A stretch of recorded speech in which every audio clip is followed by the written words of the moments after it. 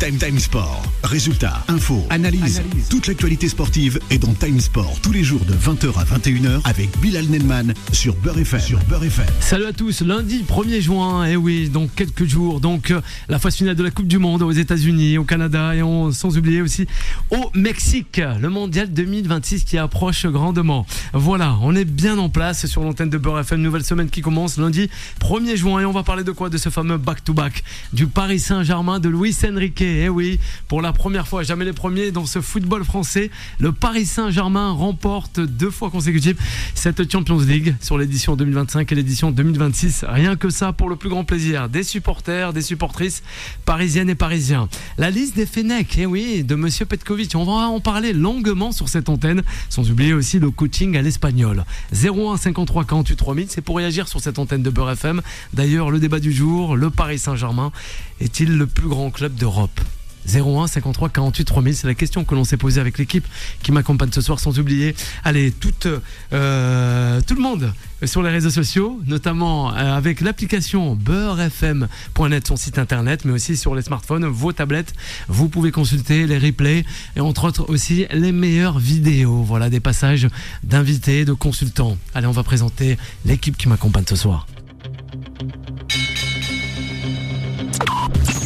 Time Sport, le ras-le-bol. Et ce soir autour de la table, on est avec Juan José. Comment ça va, Juan José? Hola, buenas tardes.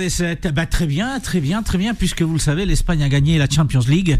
Je pense qu'il y avait plus de joueurs et des staffs espagnols entre les deux équipes que des Français ou des Anglais. Oui, ça c'est vrai. Luis Enrique et aussi Mikel Arteta, pas que.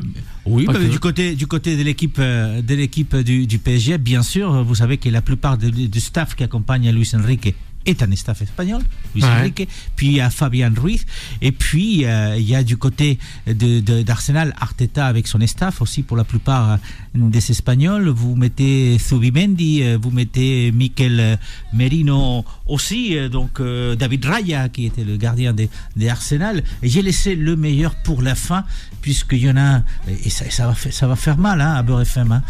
Il y en a un qui est aussi espagnol, ça s'appelle Hakimi, je vous le rappelle, est aussi espagnol, il a son passeport espagnol. Ouais, c'est vrai. Et donc, vous voyez, il y avait énormément d'Espagnols sur le terrain et sur les bonnes touches, énormément d'Espagnols. Donc pour nous, que ce soit Arsenal ou que ce soit le PSG, de toute façon, on aurait gagné. Voilà. L'Espagne a gagné aussi ce week-end, c'est ça. Wahib va nous accompagner tout au long de cette émission. Bonsoir Wahib, comment ça va? Bonsoir Bilal, bonsoir à toutes et à tous. Ravi d'être avec vous sur ce plateau. L'Espagne est au rendez-vous, le Paris Saint-Germain est au rendez-vous. Et Laryngite a enfin disparu, Bilal Nelman, la star de Beurre FM. Ouais, la star de Beurre FM, on sait pas, entre autres. T'es un peu partout en ce moment, Bilal. Ah ben là, on était un peu partout. Le samedi, le dimanche, la belle et douce voix de Bilal Nelman dynamique qui nous alimente tout au long des routes de toute la France et du national, Bilal. Foufou, qu'on peut retrouver aussi chez nos confrères de Match en direct pour les fameux matchs donnés, ses commentateurs sportifs aussi. Tout comme la réalisation, on va le retrouver, c'est Solal. On l'a retrouvé en tout cas, Solal. Comment ça va, Solal? Paris SG, tous ensemble on chantera. Il n'a plus de voix, Solal. Eh oui, Bilal qu'on aperçoit sur les Champs-Élysées avec le maillot back-to-back sur le dos, le beau symbole du Paris Saint-Germain sur le cœur. On est très heureux de revenir en ce début de semaine pour vous accompagner tranquillement et doucement vers les vacances avec cette nouvelle qui n'en est pas une, qui est une bénédiction, si je peux dire. Bilal, on a vu le match ce week-end, évidemment, vous étiez connectés sur Beurre FM Time Sport pour suivre en direct les réactions dans les rues de Paris. Et c'était assez sympa. Le meilleur d'Europe, je pense que oui. Ouais, meilleur d'Europe pour Solal, c'est oui. On va s'attarder avec toi, Juan José, avec Wahib aussi tout au long de cette émission, le Paris Saint-Germain de Luis Enrique. En tout cas, c'est pas le triplé qui vise, mais vraiment 6 coupes d'affilée. Ouais. Alors, il nous parle de 6 coupes d'Europe pour le Paris Saint-Germain. Mais il est confiant, il a raison. Il a tout à fait raison. Il a raison. Enrique est quelqu'un qui n'a jamais été modeste dans ses déclarations. Et il a raison. Lui, c'est un sportif. Lui, il est là pour gagner. Et son but dernier, c'est justement d'aller gagner tous les titres pour lesquels il est compétitif. Après, à la question, c'est la meilleure équipe d'Europe. Force est de constater que quand vous gagnez d'affilée 2 fois la Champions League, vous êtes certainement certainement la meilleure équipe d'Europe. Et puis, si vous rajoutez à ça que dans l'histoire du PSG, parce que c'est pas si loin que ça, il y a eu quand même une finale perdue, celle du Final Four où ils ont perdu en finale face au Bayern. Quand même, ces dernières années, le PSG est arrivé à 3 finales, on a remporté 2, mais a joué aussi des demi-finales et des quarts de finale. Donc c'est une équipe qui a mis du temps à se construire, mais qui s'est construit. Alors il y a eu un changement, forcément, changement majeur, et c'est l'arrivée de Luis Enrique, mais pas que l'arrivée de Luis Enrique, c'est l'arrivée de Luis Enrique, mais c'est aussi un changement dans la mentalité et les structures des dirigeants du PSG. Et ça, il faut qu'on l'oublie jamais, parce que si le PSG d'avant n'avait pas réussi avec des entraîneurs qui avaient des qualités, puisque on voit Ancelotti qui quitte le PSG et il gagne une Champions League avec le Real Madrid. On voit Thomas Tuchel qui gagne avec Chelsea. On voit Unai Emery qui va gagner des coupes d'Europe, l'Europa League 2 reprises depuis qu'il a quitté donc c'était des bons entraîneurs, mais ce qui manquait, c'était ce changement au niveau des dirigeants. Et là, je pense que ce changement de mentalité avec l'arrivée de Luis Enrique a fait beaucoup pour cette équipe. Et puis, cette nouvelle orientation où on a donné du temps de jeu à des jeunes qu'on ne connaissait pas, dont on ne parlait pas du tout, et que du jour au lendemain se sont retrouvés titulaires et qui ont gagné leur place. Donc, effectivement, le PSG aujourd'hui, c'est la meilleure équipe d'Europe. Encore une fois, force est de constater avec ces 2 titres et le parcours qui est le sien aussi cette année en France, puisque si je me souviens bien, je crois que c'est le 4e ou 5e titre qu'il remporte cette année. Et n'oublions pas non plus que tu as dit pourquoi pas 6, mais déjà c'est pas moi, c'est Luis Enrique qui l'a glissé. Oui, mais rappelons déjà que Luis Enrique aujourd'hui, il y a que 3 entraîneurs qui ont gagné 3 Champions League, et donc notamment il y a Guardiola qui en a gagné 2 avec le Barça et puis avec Manchester. Il y a Zinedine Zidane qui en a gagné 3, et il y a Luis Enrique qui en a gagné 3, et le prochain titre et Ancelotti également. Et Ancelotti a tout gagné, c'est vrai. Tu as tout à fait raison. Mais c'est aussi le fait que le seul qui jusqu'à là a réussi à enfiler 3 d'un seul coup, c'est Zinedine Zidane. Et peut-être c'est ça le prochain défi du PSG et de Luis Enrique. Donc oui, c'est la meilleure équipe d'Europe aujourd'hui. Le difficile reste à faire, c'est-à-dire continuer à être la meilleure équipe d'Europe dans les prochaines années. Alors on va écouter justement. Moi j'ai bien aimé ce petit point historique de Juan José qui nous fait nous expliquer, nous contextualise. Et moi je vais rentrer un peu plus dans le détail de la contextualisation, parce qu'aller gagner des back-to-back c'est très rare, et surtout dans une nouvelle formule. Je trouve que c'est important, mais c'est les équipes qui ont marqué leur génération qui le font. On parle du Milan AC d'Arrigo Sacchi, on parle du Real Madrid de Zinedine Zidane, on parle du Bayern Munich de Beckenbauer, on parle de l'Ajax Amsterdam de Johan Cruyff, on parle même du Real Madrid des années avant les années 60 où ils en gagnent 5 de suite. Donc c'est toujours des équipes générationnelles. C'est un impact générationnel, c'est un impact culturel qui va transporter toute cette histoire de la Ligue des Champions. Et en général, ceux qui les gagnent, c'est souvent dans des nouvelles formules. Donc il y a toujours ce tampon au fer rouge de se dire on a marqué l'histoire, on est l'équipe qui a transposé ça. Alors oui, bien sûr, aller chercher des titres consécutifs, c'est intéressant. Mais le plus important, c'est la longévité. Tu peux aller gagner des titres à la suite, et on voit les discours par exemple très importants, notamment de Ousmane Dembélé sur le champ de Mars qui nous parle de récidiver, d'aller remporter, que Luis Enrique a fait un titre. Mais ça va se faire par quelque chose. Alors, ça va se faire par aller renouveler son effectif. Il veut un effectif, le mercato estival il approche, il veut 2-3 joueurs, et des très très bons joueurs, un espagnol et un norvégien aussi. Moi je me rappelle d'un coach qui s'appelle Sir Alex Ferguson et qui a marqué l'histoire de sa génération. Moi je l'appelais Tonton Ferguson à l'époque. Oui, Tonton. Parce qu'il était super sympa, il avait le sourire et il nous faisait tous rêver dans le football. Mais il a fait quelque chose, c'est qu'il a un jour sorti un discours, il a dit si tu veux gagner de la longévité, tous les 3-4 ans, tu changes 30% de ton effectif. Et ce qui va se passer, c'est qu'il va falloir changer 30% de son effectif. Mais dans quelle mesure ? Comment froisser ?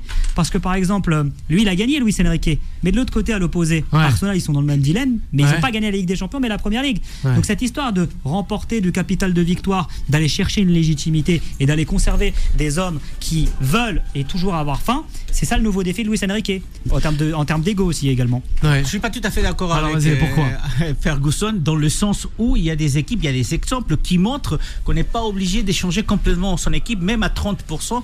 Et donc il y a un exemple clair, que c'est celui du Real Madrid, parce que pendant les 3 années où Zinedine Zidane a remporté de suite la Champions League, ce n'est pas des équipes... Mais c'est 3 ans. C'est 3 ans. Oui, non, mais il n'a pas changé du tout. C'est 15 ans. 3 ans, il a pas... Donc le Real Madrid a toujours misé sur le long terme. Donc il y a des joueurs qui ont passé 10, 12, 15 ans au Real Madrid. Donc on n'est pas obligé de le faire, mais c'est vrai, et je suis d'accord par contre avec toi, dans le sens où l'effectif du PSG aujourd'hui est quand même un effectif qui est assez jeune, parce qu'il y a des jeunes qui sont montés dans la première équipe et qui vont continuer à rester. Ils vont pas partir parce qu'ils sont dans une équipe qui gagne.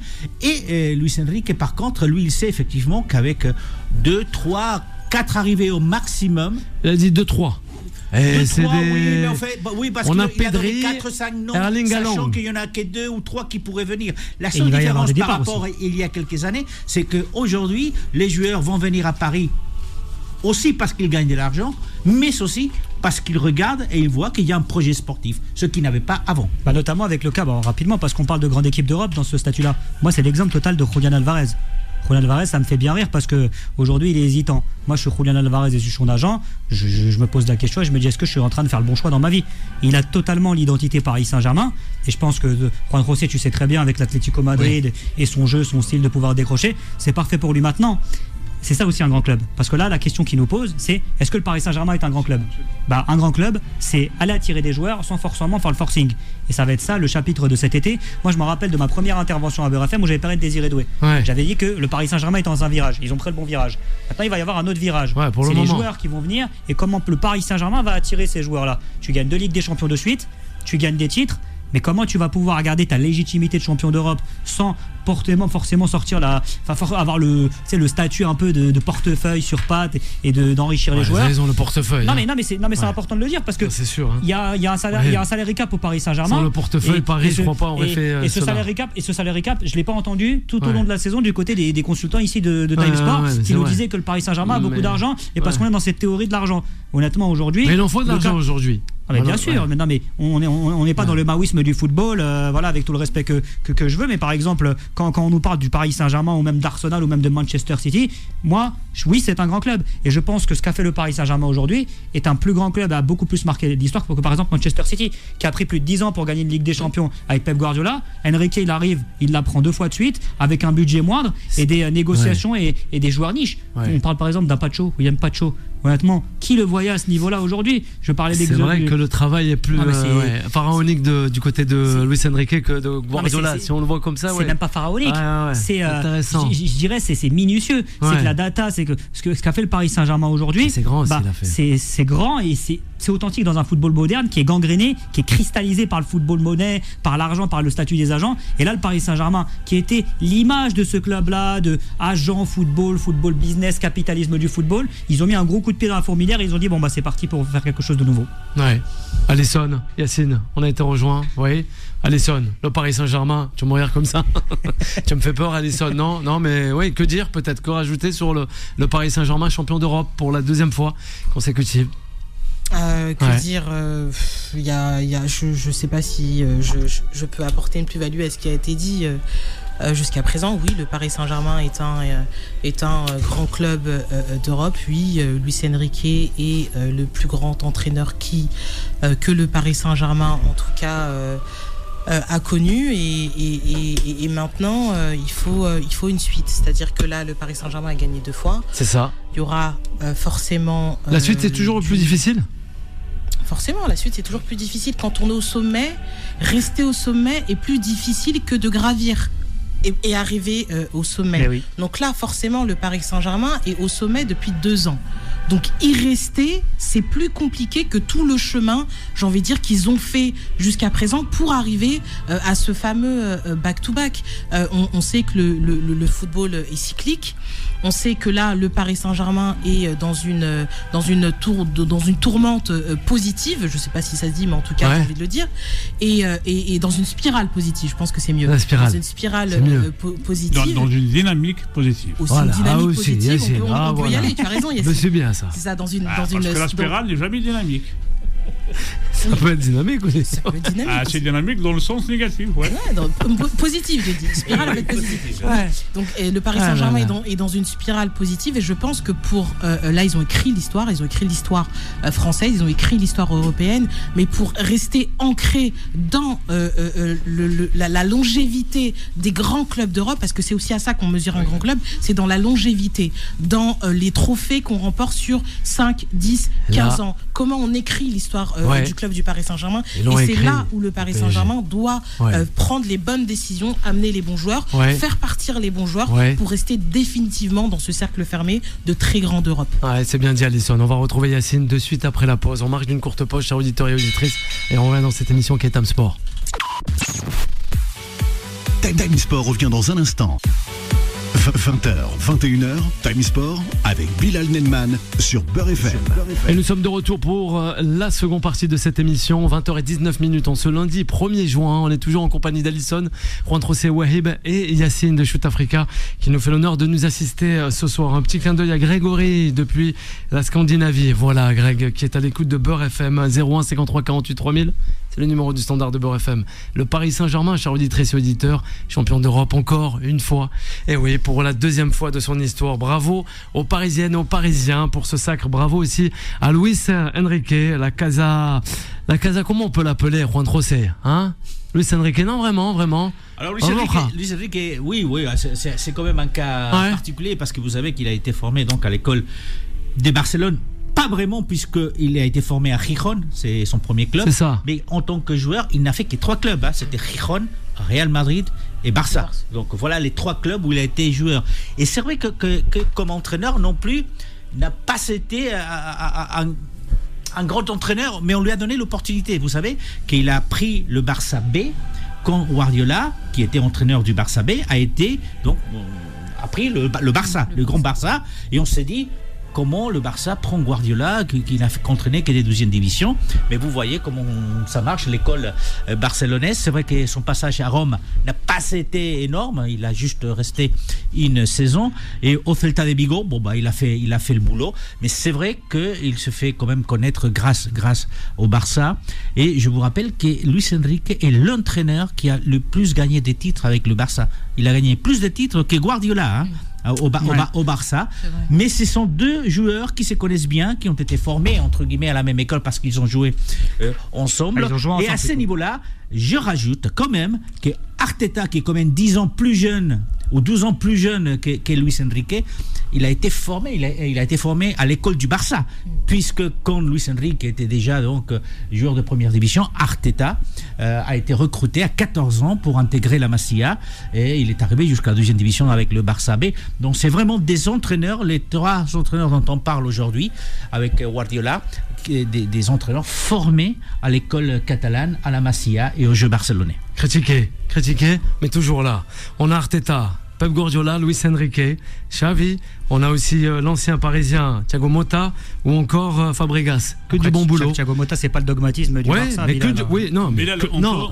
du bon boulot. Et qui sont passés aussi par le FC Barcelone. Voilà, par le FC Barcelone. Et c'est juste pour dire que bravo Barcelone, critiqué, mais toujours là. De bons entraîneurs. Voilà. Après Thiago Motta, il n'y a pas de problème, je te rejoins. Mais bon, ils sont là. J'aimerais bien sortir des entraîneurs comme ça, par exemple issus du Paris Saint-Germain, de Lyon ou de l'OM. Pour moi, c'est pas encore une source sûre. Pour certains, oui. En tout cas, pour certains, oui. Servira à la mi-saison par la Juventus de Turin, pour moi, c'est une référence. En gros, c'est lui que tu peux enlever. En tout cas, les 5 autres. Non, moi, j'enlève pas. C'est pas mal.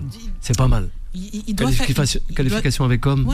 Il doit faire encore ses gammes. Mais je veux dire que dans l'esprit, en tout cas, de ce qu'il pourrait, ça aspire. Effectivement, oui. On est d'accord. Yacine, on t'écoute. Bilal, depuis que le PSG a gagné sa 2e Ligue des Champions, moi, j'entends un discours partout.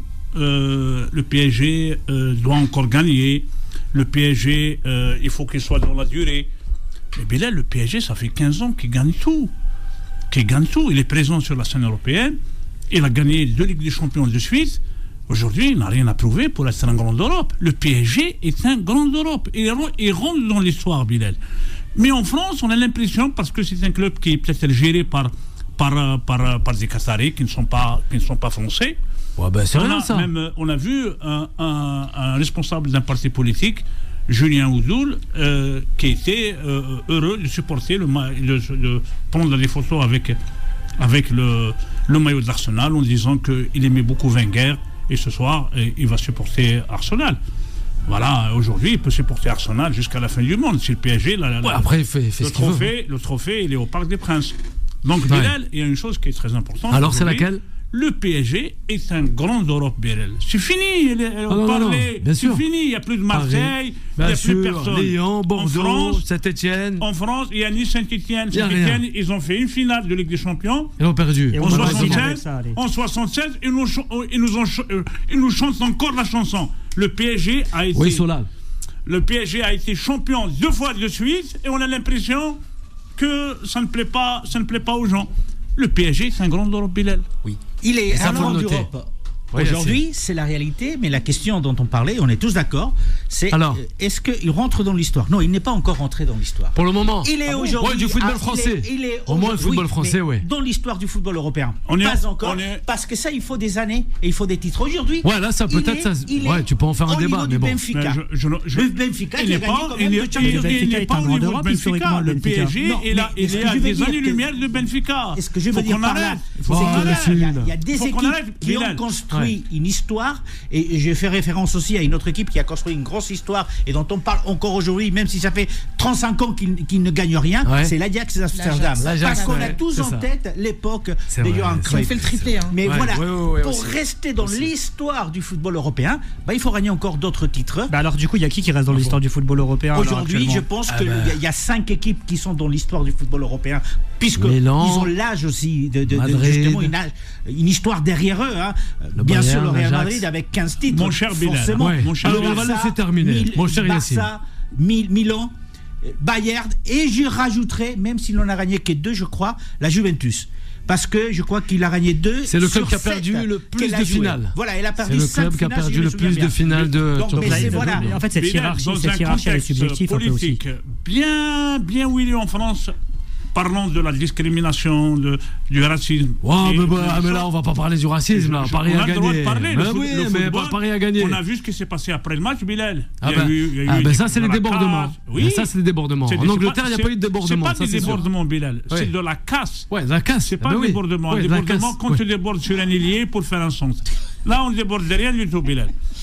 J'ai l'impression, si le président du PSG s'appelait Jean-Claude, s'appelait Patrick, s'appelait François. Je pense qu'aujourd'hui, on aurait glorifié le PSG. Mais on glorifie le Paris Saint-Germain. On le glorifie le Paris Saint-Germain. Ça les dérange. On le glorifie. Ça les dérange. Bilal, ça les dérange parce que le président du PSG s'appelle Nasser Khalifi. Mais non, si, comment mais non, regarde. Ils ont été reçus à l'Élysée. Ils ont eu encore. Qui est à côté de moi, il me dit le PSG n'est pas rentré dans l'histoire. Oui, du football européen peut-être. Mais dans le football européen, aujourd'hui, il faut gagner encore des titres. Numéro 1.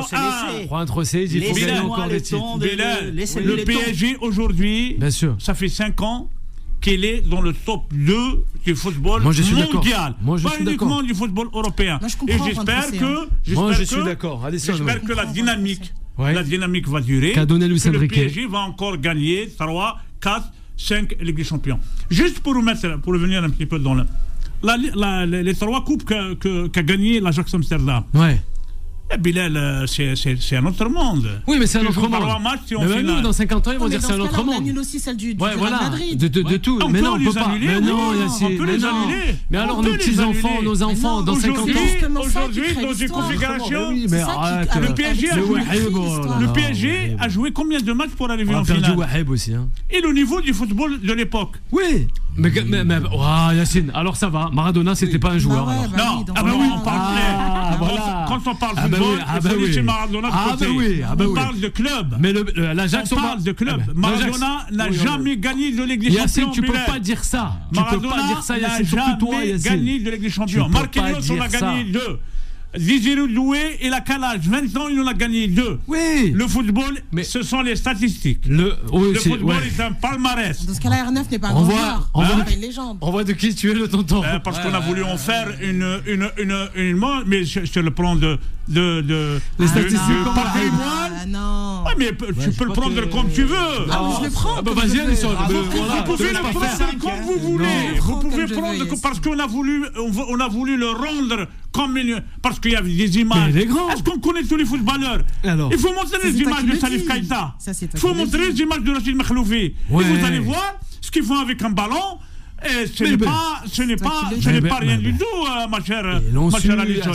Donc aujourd'hui, quand on est brésilien, on est glorifié. Et quand on vient d'un continent qui s'appelle l'Afrique, Achraf Hakimi est glorifié aussi. Oui, mais tu me parles d'Achraf Hakimi, aujourd'hui il joue au PSG. Il joue au PSG. Il est bon joueur. Il était au Real de Madrid, il n'y a personne qui lui donnait de l'importance. Le Real de Madrid aussi, il était assez costaud à cette époque-là. Oui, c'est pas costaud. Tu n'es pas titulaire. Tu n'es même pas titulaire.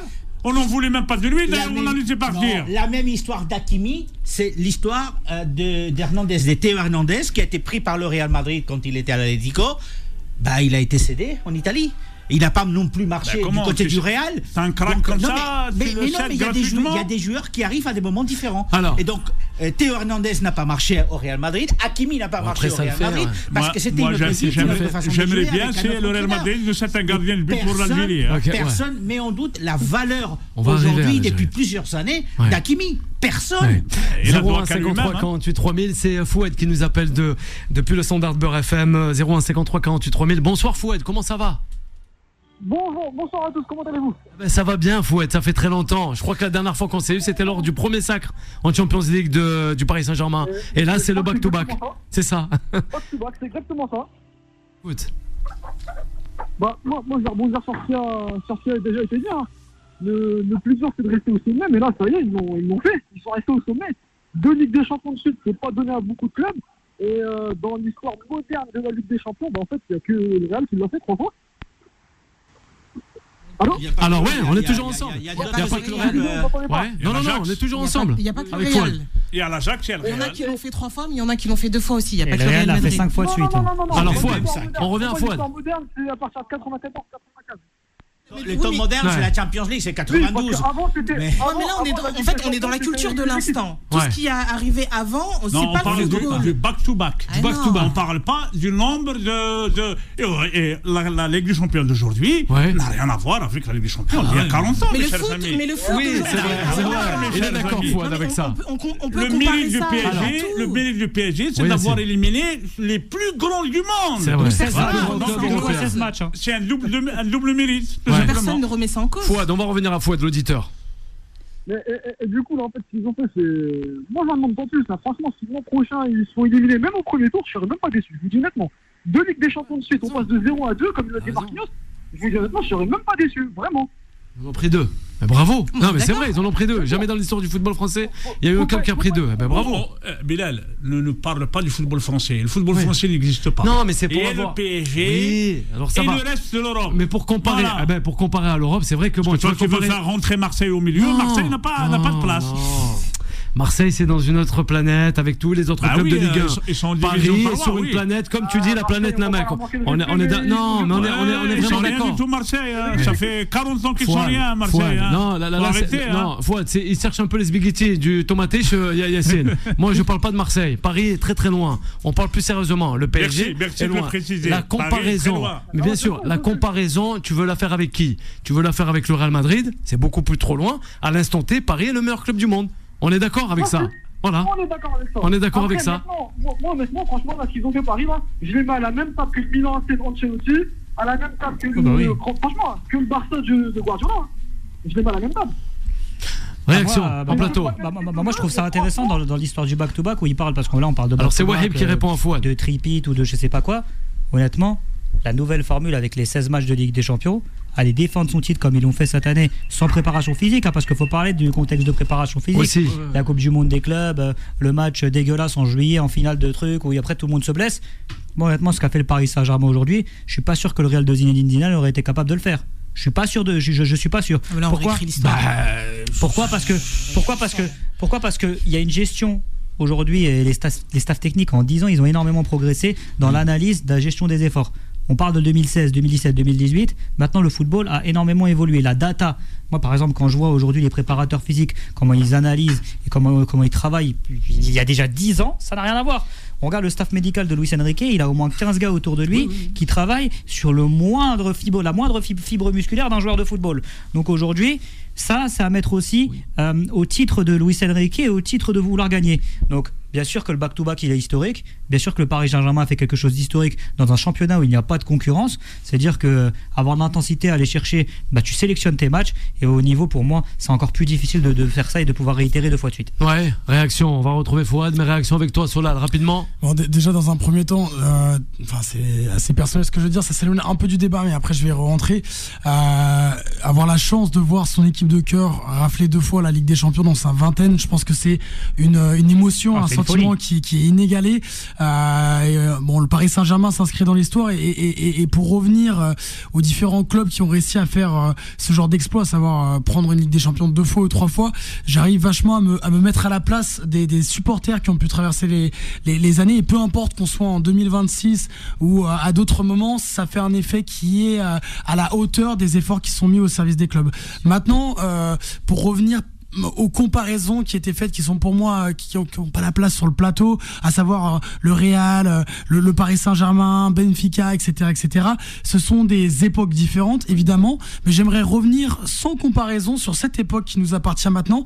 Je pense que si on peut donner quelque chose là à cette double victoire du Paris Saint-Germain, c'est sûrement la double victoire la plus médiatisée de l'histoire du football. Alors ça va être un peu tiré par les cheveux, mais je pense que on est à une époque où les infos transitent à la fois par les réseaux sociaux, la télé, le bouche à oreille, et qu'on est dans un moment qui est très difficile pour un joueur de foot au niveau de la concentration. Alors quand on voit ce que le Paris Saint-Germain a réussi à faire à des moments où ils sont sans cesse critiqués, à des moments où le football n'a jamais été aussi regardé, que ce soit en streaming, à la télé, entre amis, dans les bars, commenté sur les réseaux sociaux, pour moi c'est dans cette fenêtre que s'inscrit le Paris Saint-Germain, et qu'on le veuille ou non. Alors oui, peut-être il y a 30 ans c'était moins médiatisé, ça ne veut pas dire que les équipes ne le méritaient pas ou que leur victoire est en dessous de celle du Paris Saint-Germain, mais je pense que cette saveur elle est particulière en fait, notamment quand on voit la manière dont cette finale a été suivie et commentée à l'international, Bilal, et à chaque moment. Alison parlait de la culture de l'instant, on va s'en écarter légèrement. Oui, le Paris Saint-Germain a encore tout à montrer, je pense qu'on fera le vrai on va faire les comptes dans 10 ans, dans 20 ans, on nous l'espère. Mais si on reste focalisé sur cette culture de l'instant et qu'on prend le bon aussi, parce que c'est important, c'est la finale ou la double finale la plus commentée de l'histoire du football, je pense. On va terminer rapidement avec l'auditeur Fouad, on revient à toi, on a le temps, Waheb. Fouad, on termine avec vous. Je voulais rajouter une chose. Honnêtement, si Arsenal avait ouvert ne serait-ce qu'un petit peu le jeu, ils auraient pris la même facture que l'Inter Milan. Ouais. Ça on le saura jamais, ça. Je pense qu'ils auraient pris la même facture. Ça, ouais. Et ce qui est certain, c'est que Arsenal vient regarder le match face à l'Inter de la finale de l'année dernière, et il savait comment faire. De toute façon, Arsenal a joué son jeu. Il a fait du Arsenal. Tout à fait. Voilà. Et d'ailleurs, dès là, les grosses difficultés du PSG tout au long de la première mi-temps et jusqu'à l'arrivée du penalty. Bravo Fouad pour cette deuxième Champions League. Voilà, en tout cas. Et merci d'avoir appelé. Un grand merci Fouad. Appelez plus souvent, c'est sympa. Merci, on va poursuivre avec toi, Waheb. Ce genre de messages, ils sont super touchants, et même ce que disait Solal. Alors il y a cette appartenance culturelle quand c'est ton club de ta ville qui gagne.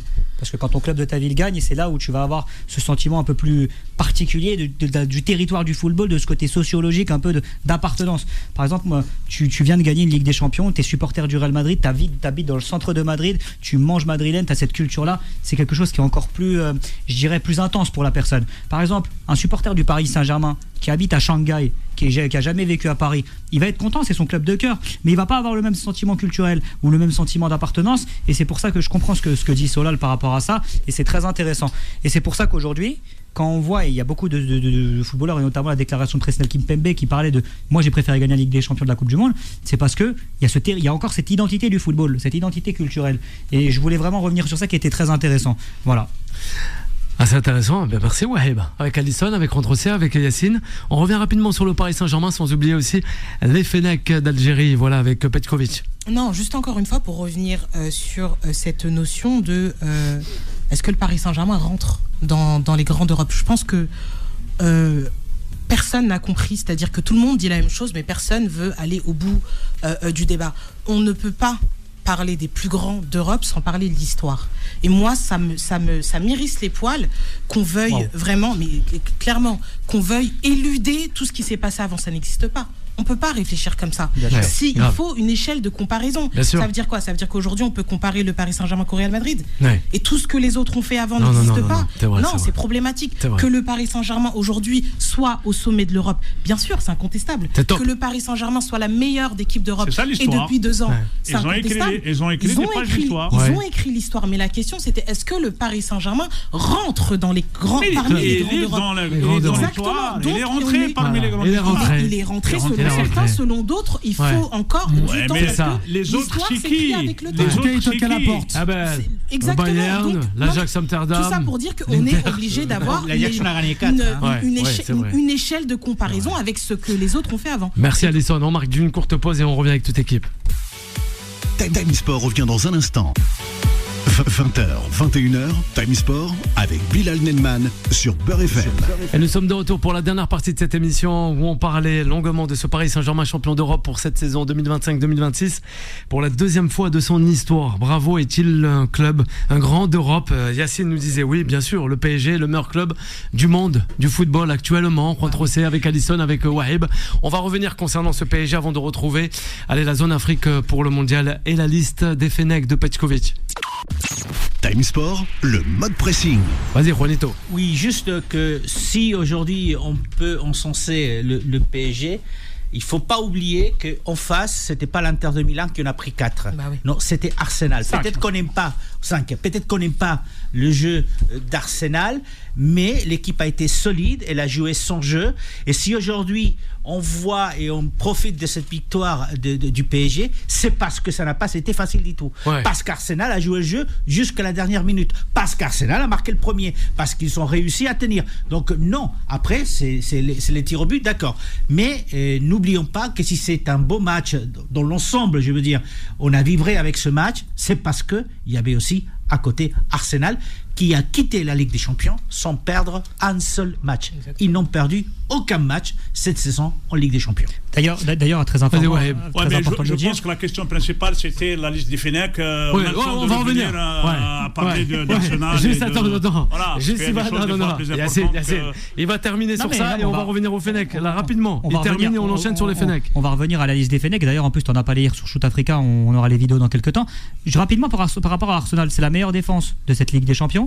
Ils sont allés taper l'Inter Milan, finaliste de la Ligue des Champions à Milan, faut s'en rappeler. Ils ont tapé le Bayern Munich en première partie de saison avec une sérénité, et je me rappelle, j'avais l'impression que les joueurs étaient en trottinette électrique débridés sur le terrain de Emirates Stadium.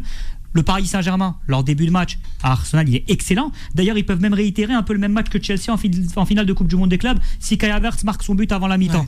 Parce que voilà, on nous dit que oui, Arsenal a défendu. Oui, Arsenal a défendu, a fait son jeu. Arsenal aurait pu tuer l'adversaire avant la fin de la première mi-temps. Voilà, si les attaquants étaient plus adroits. Et Arteta et Arsenal vont avoir des choix à faire. Il va y avoir des choix. Et il y a beaucoup de surcotés aujourd'hui à Arsenal qui ont un peu gâché la fin de saison d'Arsenal. On en reparlera de toute façon à un moment.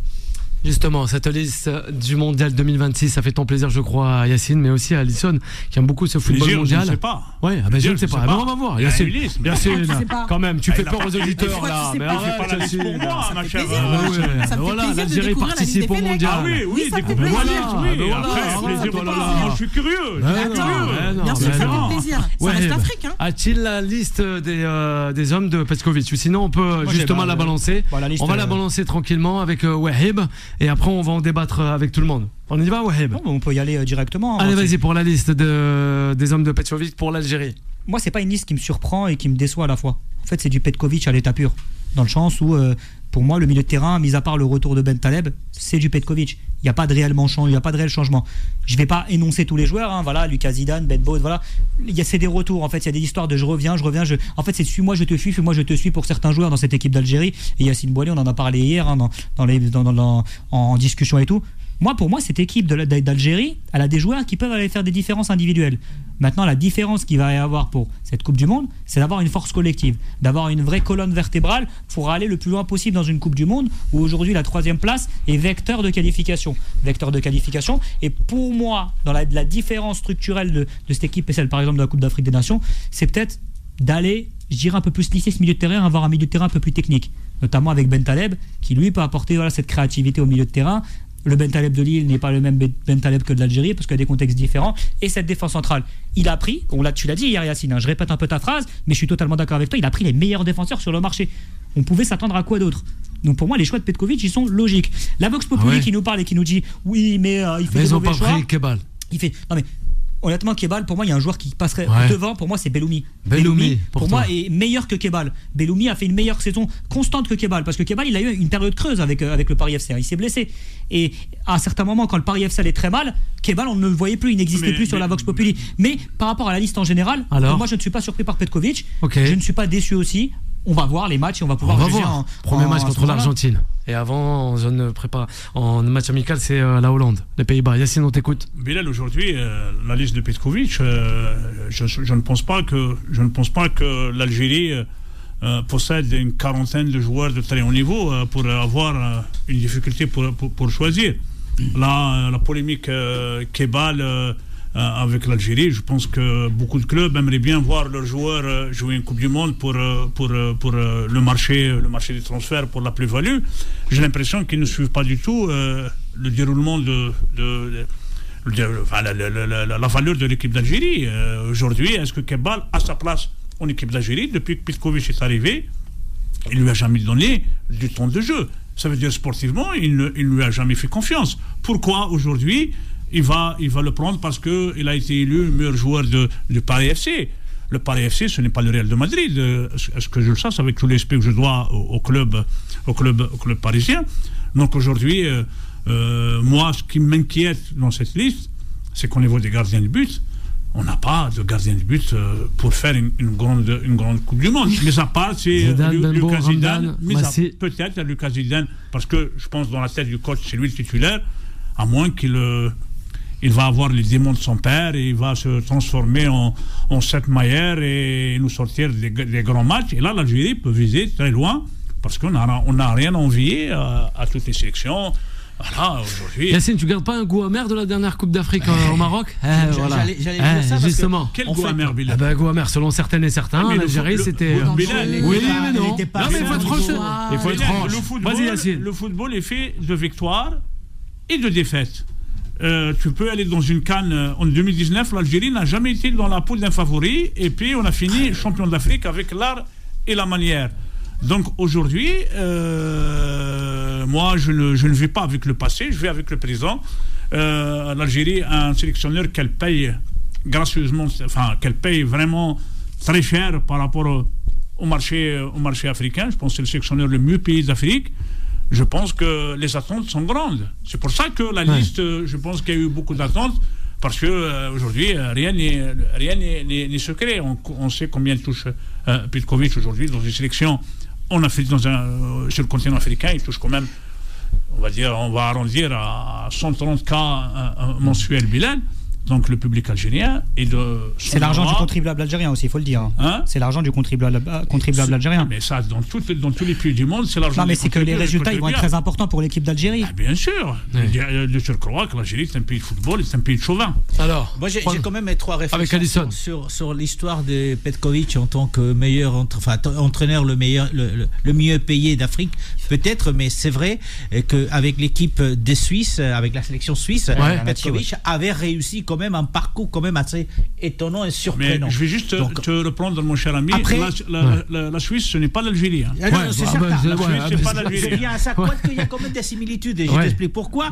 Parce que l'un des problèmes qu'ont les sélections africaines, et notamment l'Algérie, c'est que Petkovic est allé chercher des joueurs sur 12 pays différents.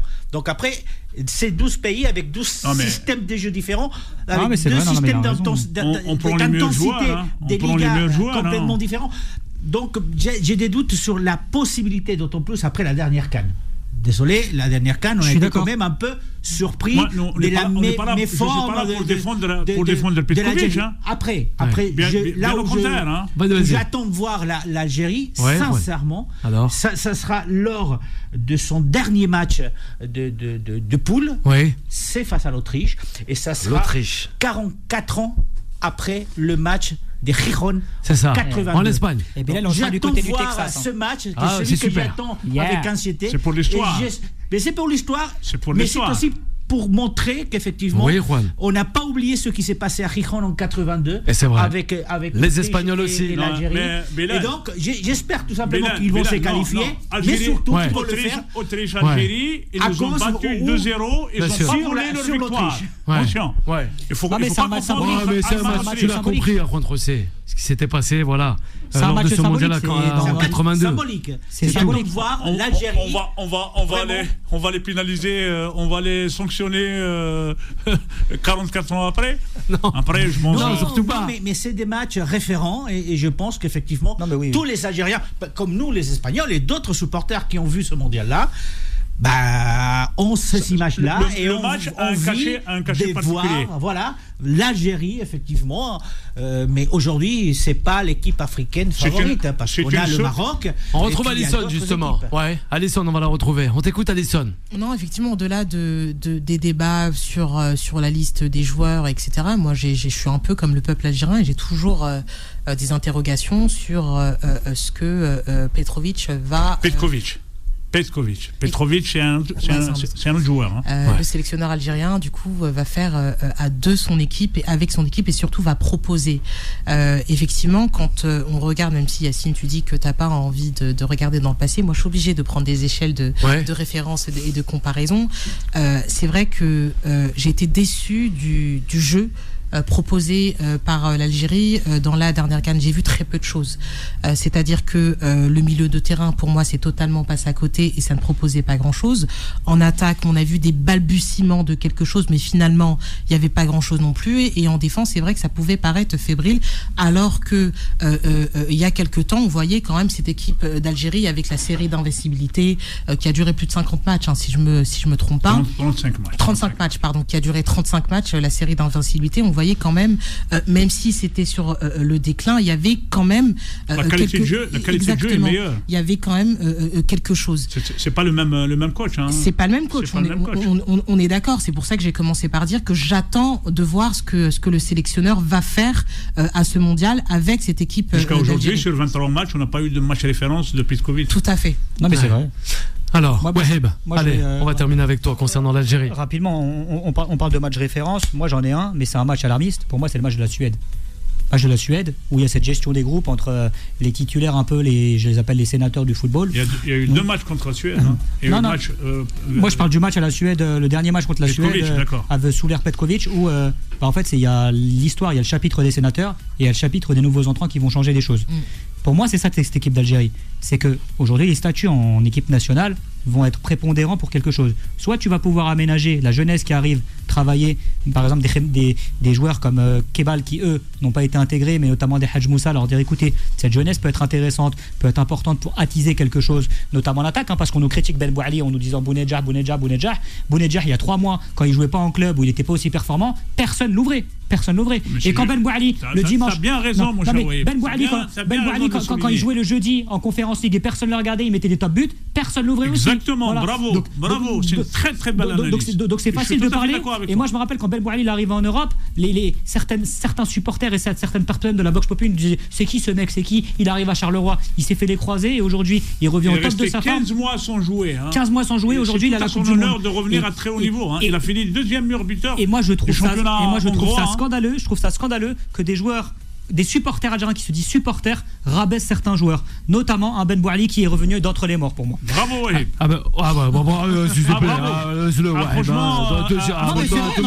Il a raison. Tu dis bravo, mais tu dis pas bravo au Real Madrid. Parce que la secte Belaïli et Bounedjah qu'on nous a bassiné pendant des années, qui n'étaient pas performants et qui se permettaient de faire des choses en équipe nationale. Et je parle aussi de Riyad Mahrez, je parle d'autres joueurs. On les entendait pas parler. Il y a beaucoup de clans joueurs. Merci pour toutes ces infos avec Addison, avec Juan José. Merci à toi Juan José. Sans oublier Yacine de Chute Africa à la rédaction, la personne de Solal. On se retrouve dès demain. La suite des programmes sur l'antenne de Beurre FM. Bye bye. Retrouvez Time Sport tous les jours de 20h à 21h et en podcast sur beurrefm.net et l'appli Beurre FM.